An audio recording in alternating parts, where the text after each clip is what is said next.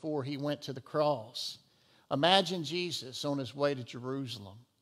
You know, he's had a 3-year ministry. If you look at the Gospel of Mark, he kind of slows down halfway through the book and kind of gives you a play-by-play of the last week leading up to his death on the cross. We see Jesus heading to Jerusalem, and he resolutely sets his face toward it. He knows where he's going. He knows what's going to happen ultimately once he gets there. In Mark 10, verse 32, it says they, referring to Jesus and the disciples, they were on the road going up to Jerusalem, and Jesus was walking ahead of them. The disciples were astonished, but those who followed him were afraid. Taking the 12 aside again, he began to tell them the things that would happen to him. See, we're going up to Jerusalem. The Son of Man will be handed over to the chief priests and the scribes, and they will condemn him to death.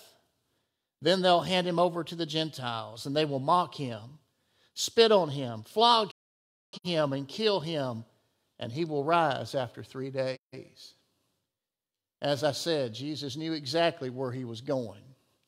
He knew what was fixing to go down. It's what he was born for. It's what he came to do. He came not only to live, he came to die so that you and I might live. I want to read just a portion from this book, Christ in Church Leadership. It's really good. It kind of sets the stage for what I want to talk about tonight. The authors, Paul Winslow and Norman Followill, say this: in 3 short years, the combination of Jesus' penetrating words, powerful miracles, and voices from heaven that attested to his deity had catapulted him to prominence. It had been an uphill climb, and he was now scaling the most difficult height yet, ever upward, further up, and further forward, step by step. As he walked steadily uphill, he lifted his eyes. He was going to Jerusalem, to Calvary. He led the way, choosing the path, leading in prayer, knowing where the road was heading. He was a leader. He was the leader. He was the only leader. He still is. And that's so true. They continue, for those of us who wish to lead by following Christ, we can expect 2 things. Often we'll be amazed, and at times we will be afraid. If you remember what I read just a moment ago in Mark 10, as they were following Jesus, who was ahead of them, they were amazed and they were afraid. We will be amazed because he will lead if we let him, and his leadership will be far richer and more profound than our own. We will be amazed as we watch him build a house that none could envision, because he does beyond what we ask or think. We will be amazed to see how well he leads the church that bears his name when we trust in his leadership and lordship, relinquishing our own control. But it's exactly this loss of control that will cause us to be afraid.